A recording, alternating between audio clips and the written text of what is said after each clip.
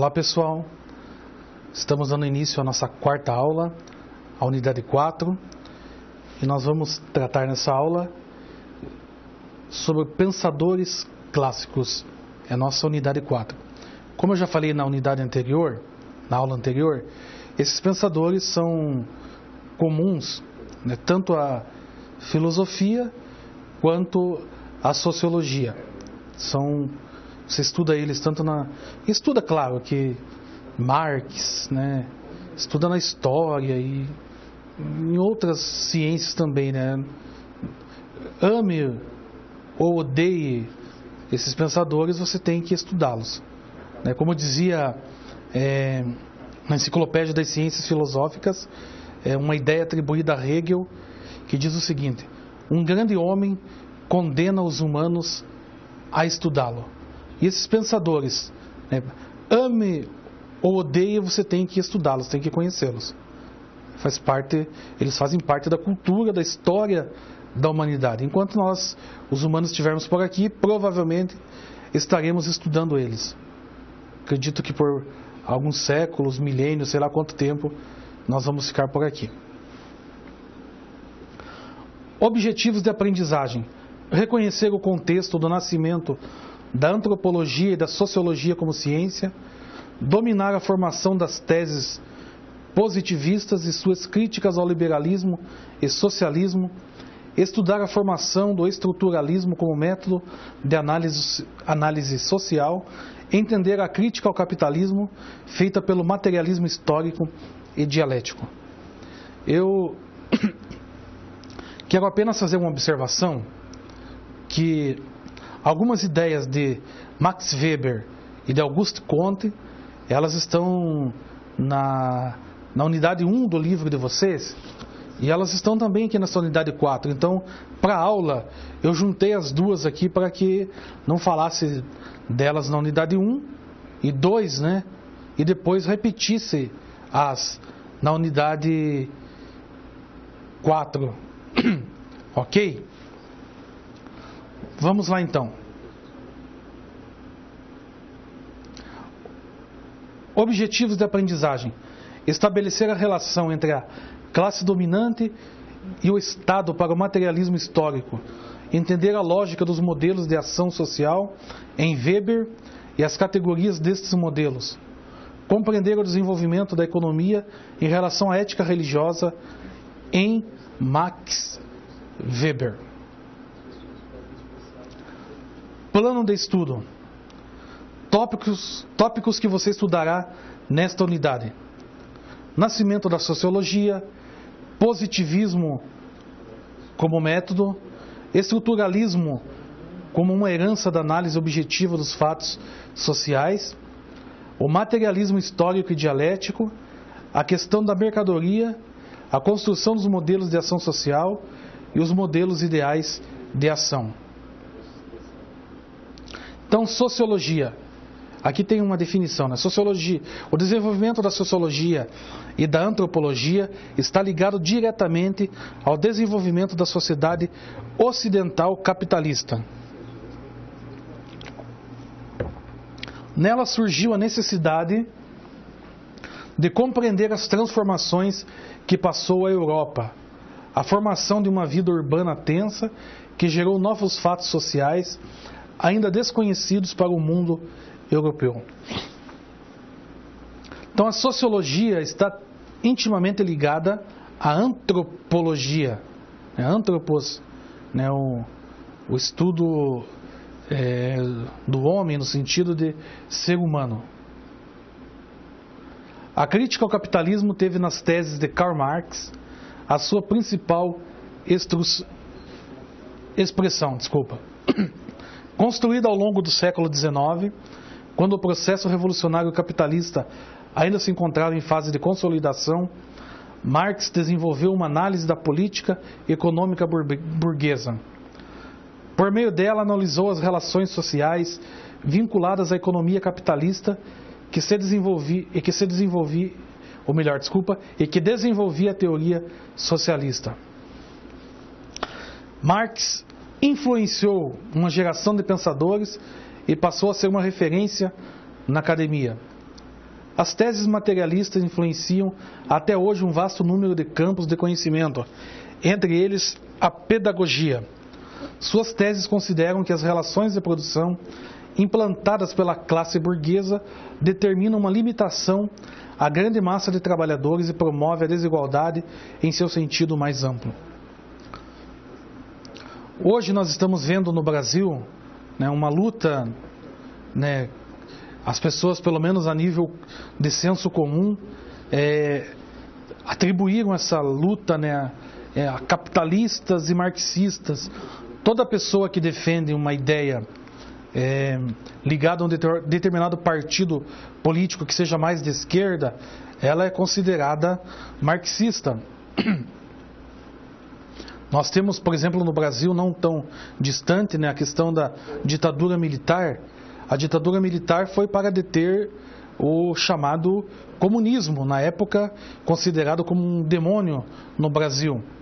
Então, ser marxista no período da ditadura militar era como colocar um X na testa. Ou você desaparecia em algum lugar aí, ou você era extraditado, ou então você tinha que ficar em silêncio. Então isso era logo Marx se torna desculpe a minha expressão, né, um demônio visto pela sociedade. Mas o problema é o seguinte: a maioria das pessoas que falam mal de Marx nunca leram Karl Marx. Elas falam sem saber do que estão falando.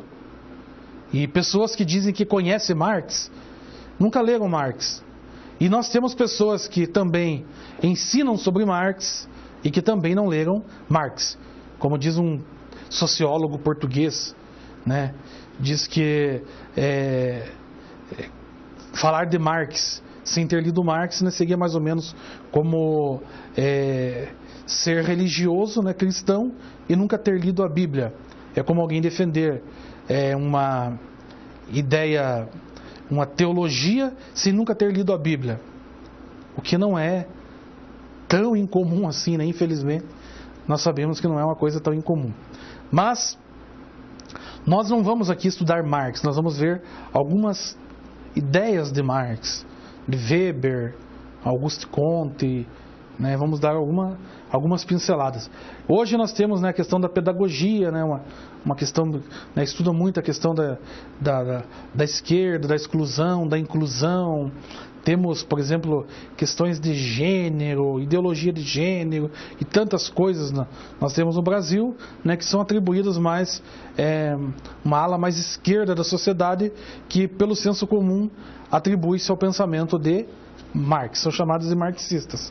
Digo isso numa questão do senso comum.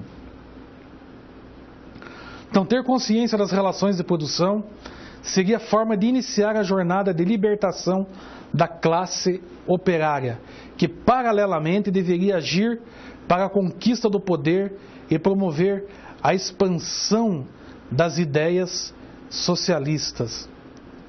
A crítica ao capitalismo é a característica mais forte do alemão Karl Marx. Ele foi um herdeiro da escola idealista que teve em Hegel a sua maior expressão. Marx não poupou a sociedade capitalista de sua forma irônica de tratar temas caros ao interesse do liberalismo. Logo, como vimos aqui, Marx ele vem de uma ala idealista, do idealismo de Hegel, né, do filósofo que eu falei um pouco sobre ele ontem. Mas na história da filosofia, depois nós vamos ver alguns hegelianos, chamados jovens hegelianos de direita, e os jovens hegelianos de esquerda. E Marx está incluso nessa parte dos jovens chamados jovens hegelianos de esquerda. Lembrando, né, que Marx também é um filósofo, né, se não me engano, parece que a mãe dele também era judia, né? Então, todos esses filósofos, num certo sentido, né, eles ou eram judeus ou cristãos, né? Como Hegel, né? Já falei de Nietzsche, né, que era filho de pastor, e Hegel também era de uma família protestante, né?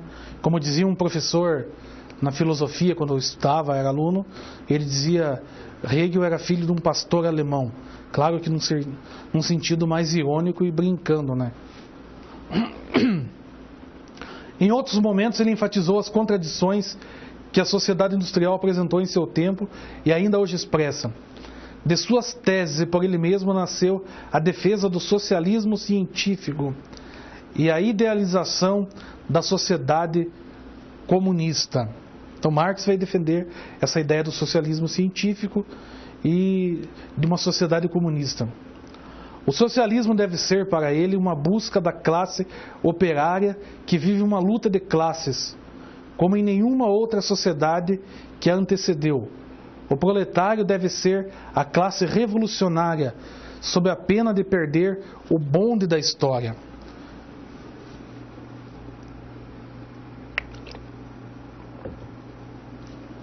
Ontem eu falei sobre Hegel, né, a questão do senhor e do escravo, que é a dialética de Hegel, mas ela é uma dialética mais idealista, enquanto que a teoria de Marx ela é mais materialista. Então, enquanto Hegel defendia a ideia de que pelo trabalho o escravo acaba se libertando do seu senhor, Marx acredita que isso só se dá através de uma revolução, de uma luta de classes, né? Essa classe operária, também chamada de proletariado, ela deve revolucionar, fazer uma revolução, e é através dessa revolução que ela vai transformar a sua história. Tem um pensamento de Marx que diz assim: os filósofos, né, até hoje trataram de interpretar o mundo. Basta agora nós transformá-lo. Então o que Marx quer dizer que a filosofia até ele apenas havia interpretado o mundo, mas agora precisava, o papel da filosofia seria uma transformação do mundo. E essa transformação se dá por meio da revolução, uma revolução da classe operária. Não é mais por uma idealização, mas é realmente uma revolução. Para Marx, a sociedade capitalista foi o resultado das transformações que ocorreram na Europa com o advento das práticas mercantis.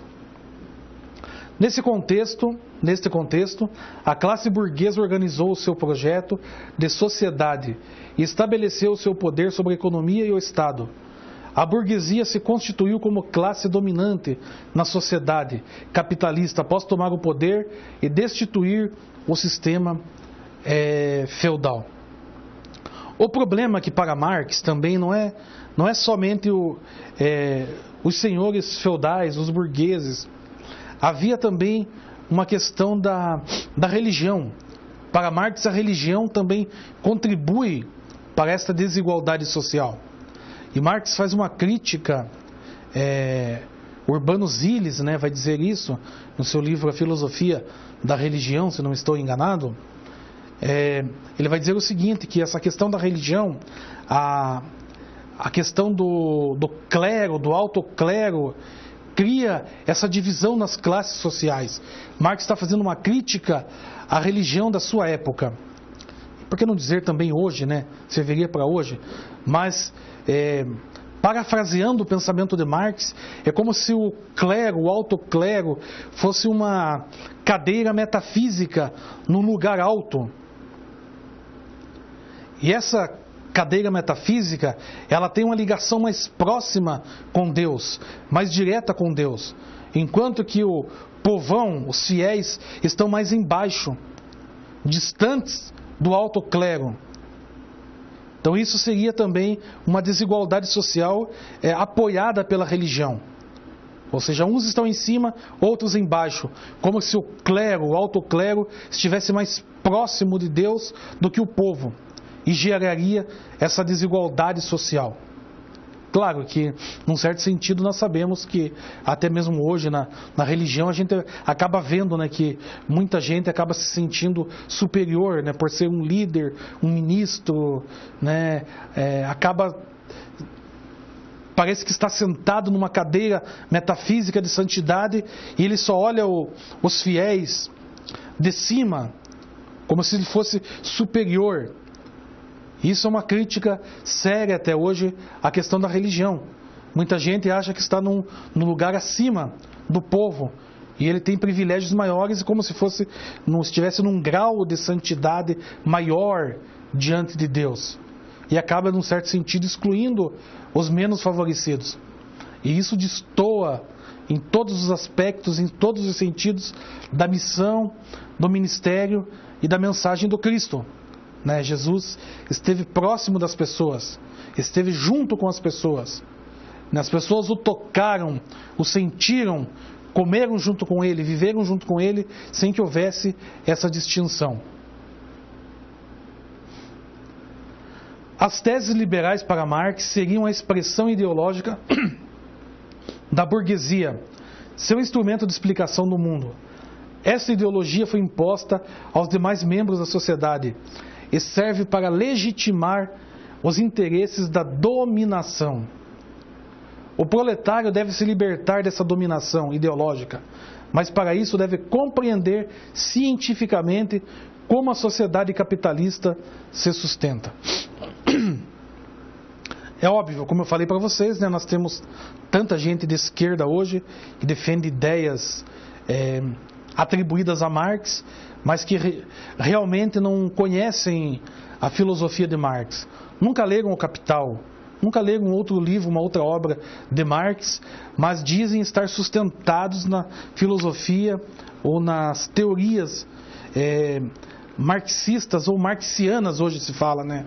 Hoje não se fala mais os estudiosos de Marx aí, né? Não falam mais marxista, mas marxiano. Então, se você for olhar aí num outro livro de Marx, você vai encontrar esse termo. Um pouco estranho, mas é o termo que se encontra nos novos manuais aí, nos comentadores de Marx. Quais são as condições em que o capitalismo constrói a vida humana? Quais são as condições em que o capitalismo constrói a vida humana?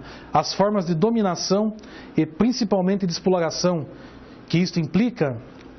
Por isso a necessidade de entender o modo de produção da vida material no capitalismo e desvendar as condições em que se dá o acesso dos seres humanos às suas necessidades.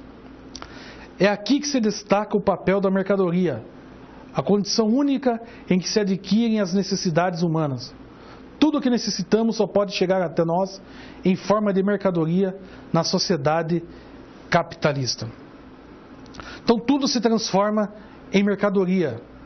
E aí a questão da produção da mercadoria, na questão da mais-valia, né? A pessoa produz, né? Ela produz e ela não se reconhece mais no seu trabalho. Ela não ganha por aquilo que ela produziu. Ou até mesmo nas fábricas, né? Nas linhas de produção das fábricas, a pessoa monta uma peça de um determinado equipamento e ele não vê o produto final do seu trabalho. Ele não sabe o que sai como produto final, ele não participa mais daquilo, ele acaba se transformando apenas num objeto, numa máquina. Ele não consegue mais, aquilo que ele produz, aquela mercadoria, ele não consegue, não tem dinheiro, condições para comprar aquilo. E aí nós vamos ver a questão do capital, da mercadoria. Tudo o que necessitamos só pode chegar até nós em forma de mercadoria na sociedade capitalista. Continuando, em sua maior obra, O Capital, Marx faz uma crítica à economia política e desvenda as condições em que a sociedade capitalista se organiza. Como eu disse, já ele parte da mercadoria para entender a relação dos homens com a natureza, a transformação desta nos bens necessários para a produção de outros bens ou para atender às necessidades humanas.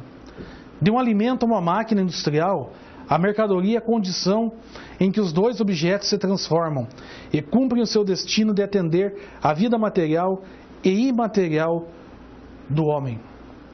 Aí aqui uma explicação. Quando falamos de vida imaterial, estamos nos referindo às coisas que temos como serviços e habilidades necessárias para atender às necessidades específicas de nossa vida. Como a educação, por exemplo, é um serviço prestado tendo como mercadoria a imaterialidade, muitas vezes. Não podemos comprar o conhecimento em forma material. Então até mesmo o nosso conhecimento acaba se tornando um objeto de mercadoria, de troca. Aí diz o seguinte: o saber não é um produto que se adquire na prateleira de mercado. São habilidades que se constroem em relações específicas. O que nós vemos hoje é uma comercialização do conhecimento. Como se fosse fácil você adquirir o conhecimento. Nós temos a tecnologia nos ajuda. A tecnologia contribui para o desenvolvimento do conhecimento. Mas não há como ter um milagre de conhecimento. Por exemplo, você entra na internet e você vê cursos milagrosos para você aprender um idioma. É claro que algumas pessoas têm uma facilidade maior para aprender idioma do que outras, mas não existem milagres. Você não pode comprar um pacote para aprender um novo idioma em 4 semanas. Ninguém é tão genial assim. Ou pelo menos pode ser que exista uma a cada 1 milhão. Mas o conhecimento você não compra em prateleiras. Não adianta você comprar isto mais aquilo para aprender isso, ter isso e mais aquilo de tecnologia. Tanto é que nós temos a internet com milhares e milhares de informação, mas as pessoas não conseguem absorver. As pessoas não conseguem estudar tudo aquilo que está na internet. Você não baixa um arquivo em PDF e você, ao baixar aquele arquivo, você absorveu todo aquele conhecimento. O conhecimento, logo, ele não é uma mercadoria, como nós podemos ver. Então nós vemos lá, são habilidades que se constroem em relações específicas, desenvolvidas em nossa sociedade por meio da institucionalização da escola. Os centros de educação, estes materializados, só têm sentido cumprindo a função de educar. Logo, não adianta a pessoa estudar, o indivíduo estudar na melhor escola do mundo, que não é a melhor escola do mundo que vai fazer com que ele aprenda. O conhecimento se adquire, é uma relação, é você adquirir, absorver aquilo que alguém, ou que você está vendo, aprendendo, ouvindo em algum lugar. É como assistir uma aula online. Você não adianta apenas ligar o seu computador, você precisa se concentrar, prestar atenção, ler, para que você consiga absorver aquilo que está sendo passado nesta aula. Assim, educar é imaterial. A materialização é a escola, é o computador, né? É o local onde nós estamos. Mas o conhecimento, a educação, ela é imaterial. Logo, ela não é uma mercadoria. Mas a condição para que isso se realize necessita de uma materialidade gerada dentro dos interesses estabelecidos pela burguesia. A escola é a mercadoria que produz e possibilita o consumo. Logo, nós estamos vendo que realmente a educação acaba se transformando em estatísticas, né? O governo trabalha com estatísticas. Tantas pessoas aprenderam isso, tantas pessoas concluíram a universidade, tantas pessoas concluíram o ensino médio ou a educação básica. Mas na realidade, o fato de ter terminado, concluído um curso, não significa que aquela pessoa absorveu o conhecimento. Não significa que ela sabe fazer aquilo. Tanto é que nós vemos estatísticas que entre os estudantes universitários, o índice de analfabetismo funcional é muito grande. É muito grande no Brasil o número de pessoas que não conseguem ler e interpretar um texto grande, porque são pessoas já formadas a nível superior, mas que são consideradas ainda analfabetos funcionais. No contraponto ao materialismo histórico dialético, apresentamos as teses de Weber, ou seja, Max Weber, que é o segundo filósofo, sociólogo que nós vamos estudar. Weber também era alemão, mas uma orientação intelectual diferente e alguns pontos divergente. Weber irá estabelecer uma relação entre a economia e a cultura, promover o entendimento entre as sociedades racionais da vida e o sentido que essas condições são interpretadas dentro da vida humana. Eu quero trabalhar com vocês aqui uma questão dentro da sociologia, da filosofia, do Max Weber, uma questão que é muito interessante para a teologia, que é um livro do Max Weber que todo teólogo tem um dever moral de ler. Então prestem bem atenção no que eu estou dizendo. Todo teólogo tem um dever moral de ler o livro A Ética Protestante e o Espírito do Capitalismo de Max Weber. Você não é obrigado a concordar com Weber. As teses dele são questionadas. Muita gente questiona as teses de Weber. Mas há um dever moral do teólogo em ler o livro A Ética Protestante e o Espírito do Capitalismo. Então você, aspirante a teólogo, né? Quando digo aspirante a teólogo, porque esse termo teólogo é um termo um tanto complexo. Por exemplo, na filosofia, alguém que se forma em filosofia, você não costuma chamá-lo de filósofo.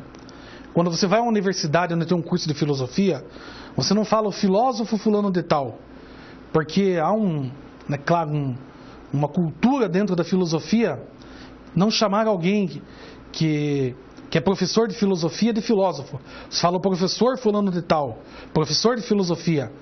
Mas na teologia nós acabamos chamando de teólogo. Porém, dentro da filosofia, filósofo é alguém que tem um pensamento original. Mas teólogo, né? Cada pessoa que faz um curso de teologia, nós acabamos chamando de teólogo. E tudo bem, não há problema também nisso. Então você que é aspirante à teologia, você deve ler esse livro, A Ética Protestante e o Espírito do Capitalismo. Aqui nós temos alguns dados de onde você vai ler depois onde o Weber nasceu, mas por questão de tempo da aula eu vou passando aqui. Ele nasceu na cidade de Erfurt, 21 de abril de 1864. Isso não importa muito para a filosofia, saber quando, onde ele nasceu. O importante é você conhecer e saber o pensamento do filósofo. Como diz um escritor, mais vale você saber quem é Platão, porque Platão é Platão, do que você saber onde Platão nasceu, onde viveu, com quantos anos morreu. Isso são coisas que são supérfluas diante do pensamento de Platão. Mais interessante é saber porque Platão é Platão. Eu diria a mesma coisa aqui. É mais importante você saber porque Weber foi Weber do que saber onde ele nasceu, onde viveu, onde morreu. Claro que isso é interessante, mas mais importante do que isso é o pensamento dele. Então Weber ficou afastado um período por questões de doença, né? Ele centralizou as suas pesquisas sociológicas e políticas na questão da responsabilidade moral, principalmente na moral cristã protestante, especificamente na calvinista, oriunda da Reforma Protestante do século XVI. Weber não foi como Durkheim, um grande especialista nas religiões. Ele não fez grandes pesquisas na religião como fez Durkheim, nem Marx fez. Marx, as anotações sobre religião nos escritos dele são esparsas. Não fazem diferença se você tirar os escritos de religião da filosofia de Marx, você não muda muito o pensamento dele. Mas Weber estuda as religiões, as grandes religiões, principalmente a religião protestante, e mais específico, o calvinismo. Segundo os historiadores, né, no caso Reale aqui, né, a definição de Weber sobre capitalismo é que o capitalismo consiste na existência de empresas que têm como objetivo o máximo lucro a atingir através da organização racional do trabalho. Então, para os dois historiadores acima, Weber definiu a ética protestante conforme a Confissão de Westminster de 1647 e a resumiu em 5 pontos. Então aqui estão 5 pontos que Weber vai resumir a sua ética protestante e o espírito do capitalismo. Então, lembrando que, como Weber está pensando na ética protestante e o espírito do capitalismo, especificamente na teologia calvinista, e eu acredito que devo ter agora muitas pessoas me assistindo a aula que são calvinistas.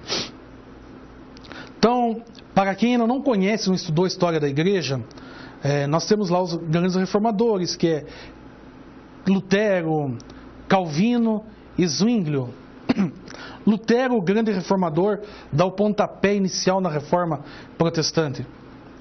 Calvino é o homem que vai sistematizar a teologia protestante.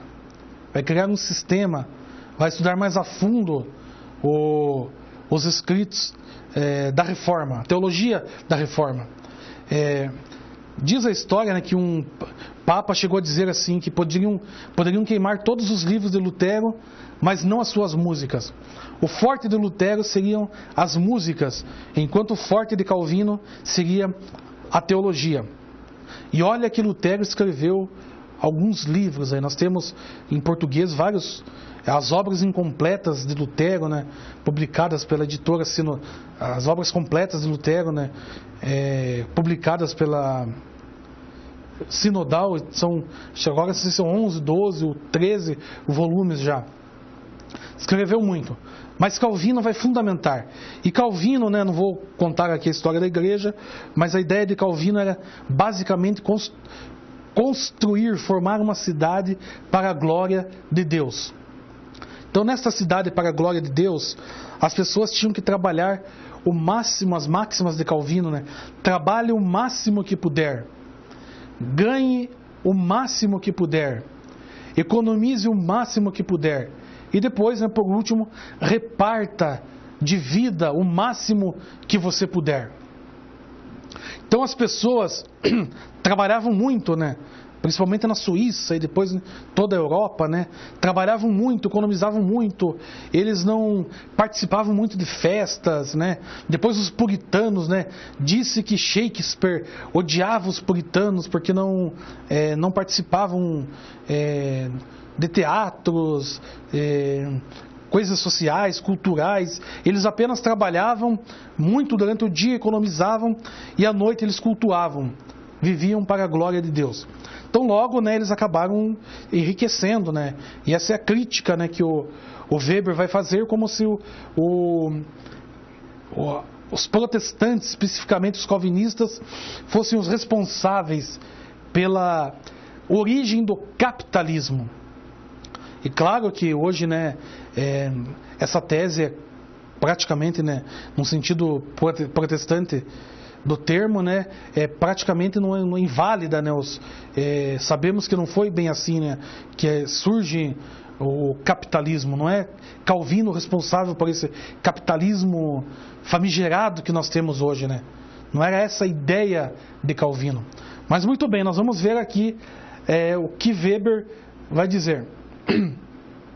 Então, voltando aqui, né, sobre os 5 pontos, né, nós vamos ver lá.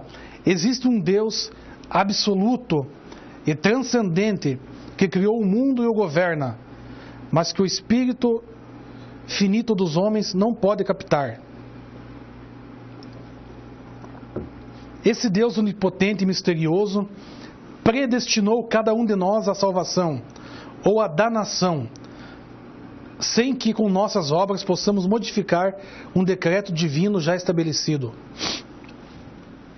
Deus criou o mundo para a sua glória. Esteja destinado à salvação ou à danação, o homem deve trabalhar pela glória de Deus e criar o reino de Deus sobre esta terra. As coisas terrenas, a natureza humana e a carne pertencem ao mundo do pecado e da morte.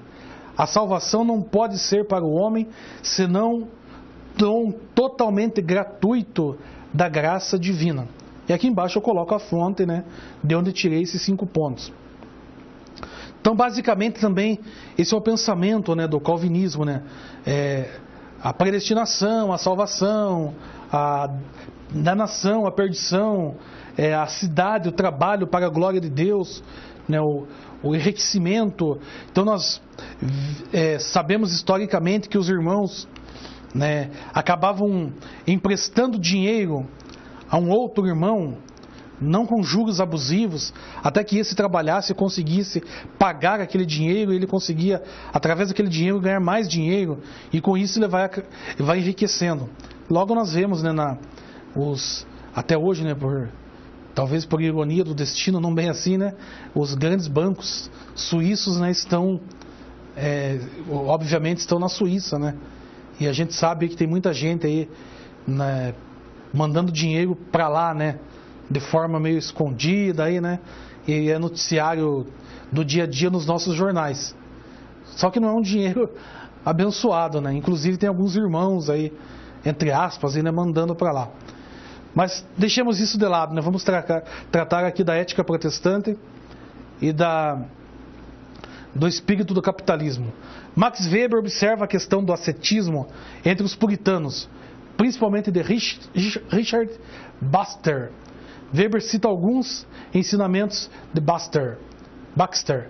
A perda de tempo, né, vamos ao primeiro ensinamento. A perda de tempo é, pois, o primeiro e, em princípio, mais funesto dos pecados. Então, imagine, né? A pessoa tem que viver para o trabalho. Então, claro que participar de uma festa, alguma coisa cultural, seria uma perda de tempo. Logo também um pecado. A duração da vida humana é por demais curta e preciosa para garantir a própria escolha. A perda de tempo na vida social, aí entra as questões culturais, né? Em conversas ociosas, em luxos e mesmo em dormir mais do que o necessário, para a saúde de 6 até o máximo de 8 horas, é merecedora de absoluta condenação moral. Então, não precisa de muito comentário sobre isso, né, que eu coloco a obra, né, está na bibliografia, né, com página Weber 2002, página 119. Então, perder tempo com conversa ociosa, atividades culturais, coisas que não levam a nada, é como se estivesse não aproveitando a vida para o trabalho e para a glória de Deus. Logo, isto seria um pecado. E também dormir mais do que 6 ou 8 horas por noite também era um pecado, uma perda de tempo. Era ociosidade. É claro que isso vai contra o princípio grego da ociosidade, e talvez é isso que Nietzsche também critica, porque disse que é na ociosidade que se pensa, que se produz intelectualmente. Então, logo, uma pessoa que trabalha demais, ela não consegue pensar, criar, teorizar, ela não consegue desenvolver um pensamento, porque o trabalho é muito cansativo. Por isso que lá na filosofia grega, Aristóteles priorizava mais o trabalho intelectual do que o trabalho material. Então, a ociosidade,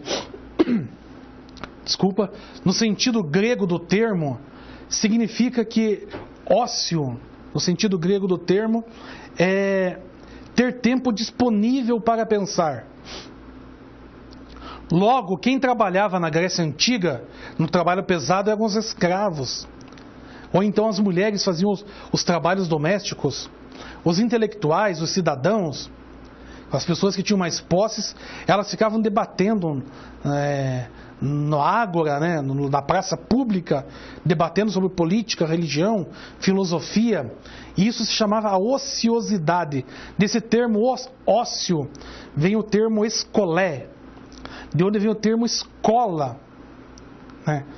Como assim o termo escola está relacionado com a ociosidade? Então, ir para a escola era não fazer nada, mas não fazer nada no sentido braçal do termo, do trabalho braçal. Ociosidade era ter tempo livre para pensar. Mas isto é repudiado pelos puritanos, né? Porque eles só trabalham e depois à noite, né, vão à igreja, ao culto, final de semana, para glorificar a Deus. E isso é o que Weber vai estar criticando em A Ética Protestante e o Espírito do Capitalismo. Nós vamos falar um pouco aqui agora sobre o positivismo de Auguste Comte e a física social. Então, o que é o positivismo?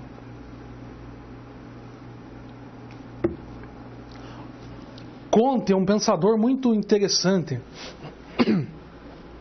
principalmente quando pensamos na questão da formação da República do Brasil. Antes de entrar nessa questão do Comte, eu gostaria de passar algumas coisas para vocês, algumas informações, né?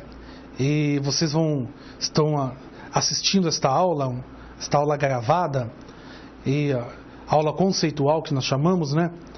E nós estamos vivendo um período de patriotismo no Brasil. As pessoas estão tentando resgatar o patriotismo, seja de forma correta ou de forma errada, busca-se resgatar esse patriotismo.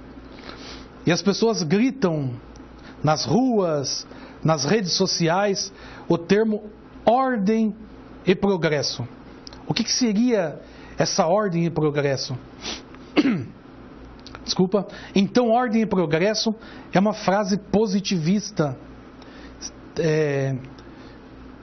criada, né, por Auguste Comte. Então, o que seria esse positivismo? Uma reação ao idealismo.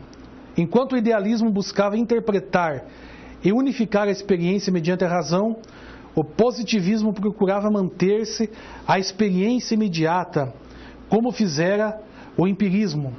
A função do positivismo é afirmar as ciências da natureza, biológicas e fisiológicas, como as grandes ciências que poderão solucionar os problemas da humanidade.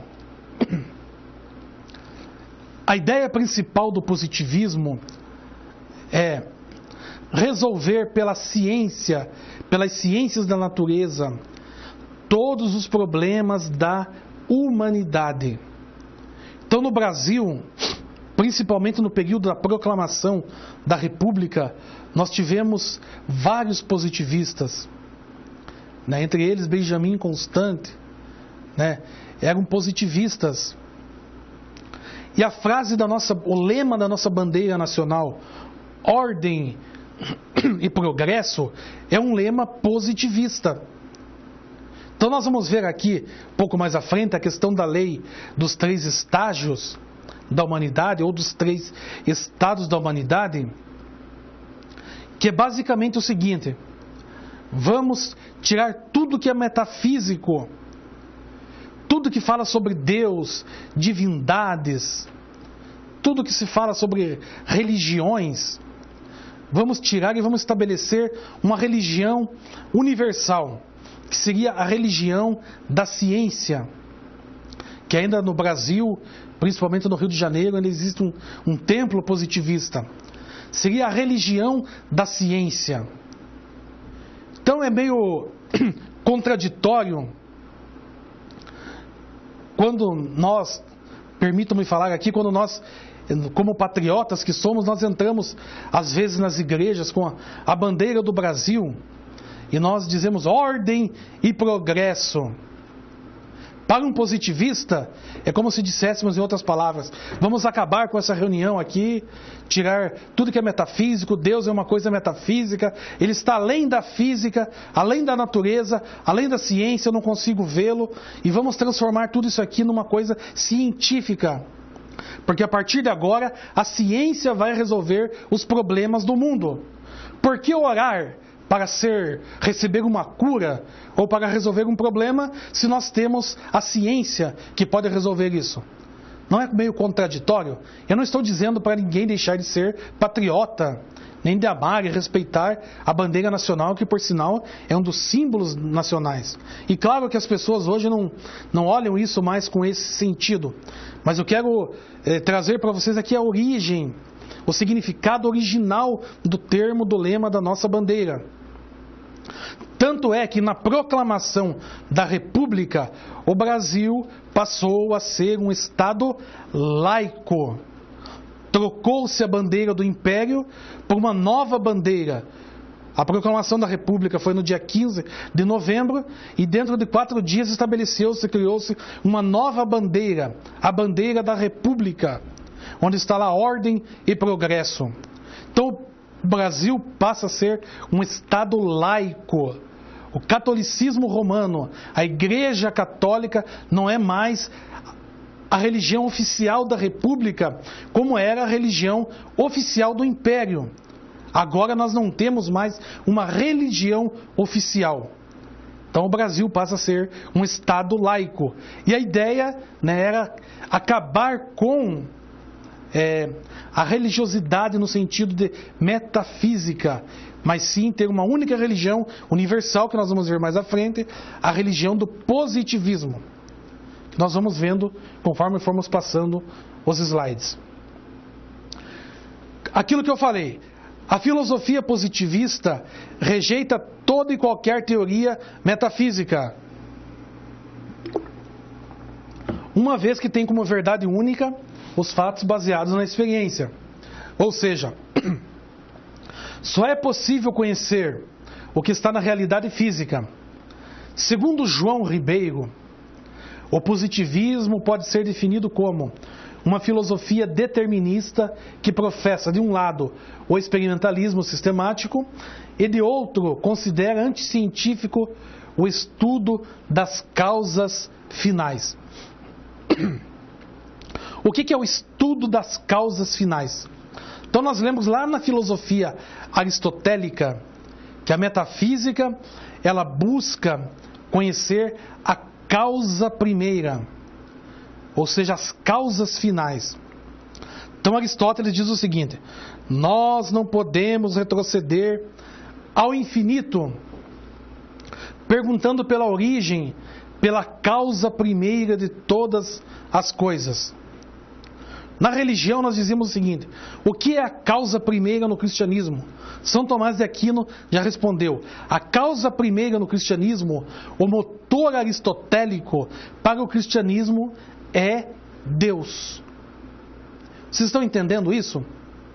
Então, é como se Auguste Comte dissesse o seguinte: tudo que nós vamos agora buscar é a ciência. E as coisas que são metafísicas, elas são o quê? Anticientíficas. Portanto, devem ser descartadas. Logo, a ideia de Deus, a ideia de igreja, a ideia de religião não serve mais. Agora nós queremos o quê? A ordem e o progresso. A ordem pela ordem e o progresso pelo progresso. E assim, o positivismo acreditava que dentro de poucos anos haveria uma única religião universal, a religião da ciência. Iríamos acabar com os feriados religiosos e apenas estabelecer feriados mais antropocêntricos, centrados no homem, feriados cívicos, em homenagem a grandes personagens da história da nação. e iríamos abolir todos os feriados religiosos, porque são metafísicos, baseados em coisas anticientíficas. A nossa aula já está acabando, infelizmente, mas na próxima aula eu quero, antes de começar a unidade 5, eu ainda quero retomar essa questão do positivismo, porque ela é muito interessante para a questão da religião, né, para nós entendermos a questão da religião até mesmo no Brasil. Então, na próxima aula, na unidade 5, nós, antes de começar a tratarmos o último capítulo, né, nós vamos tratar sobre a questão, terminarmos de falar sobre a questão do positivismo de Auguste Comte. Eu vejo vocês na próxima aula.